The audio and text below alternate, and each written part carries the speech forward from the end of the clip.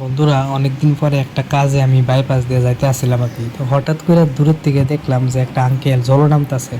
তো হঠাৎ করে জল নামতাছে গেলে গিয়া দেখি তাই নিয়ে মাছ ধরবো। আর এখন তো বৃষ্টির সিজন, তো বৃষ্টির সিজনে সব দিকে মোটামুটি জল জমতেছে। আর বাইপাসের সাইডে তো তোমরা সবাই জানোই, মানে রাস্তার সাইডে প্রচণ্ড জল জমে। তো এই আঙ্কেলটা জাল ফাইতে রাখছে বলে সকালবেলায় আমি জিজ্ঞেস করছিলাম।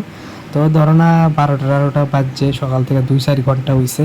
তো অক্ষণই তাই নেই জালটা তুলতেছে। আর যে জালটা যে তুলতেছে, তো আমি জিজ্ঞাসলাম মাছ টাছ থাকবো নি? সব ধরনের মাছ থাকবো। তারপরে যখন জালটা উঠাইতেছে, এরপরে উঠাইতে গিয়ে সেটা আরেকজনে হেল্প নিছে, উড়াইতে পারতেছে না, এত মানে জলের স্রোত আর এত টান।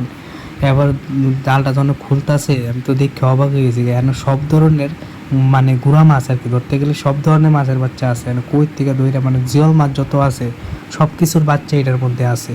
তোমরা শুধু দেখতে থাকো কত পরিমাণে বাচ্চা ফুটছে এই কয়েকদিনের মধ্যে।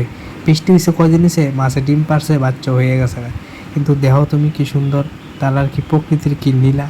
এই দেখো একদম সুন্দর মাছের, কতগুলি মাছের বাচ্চা দেখো।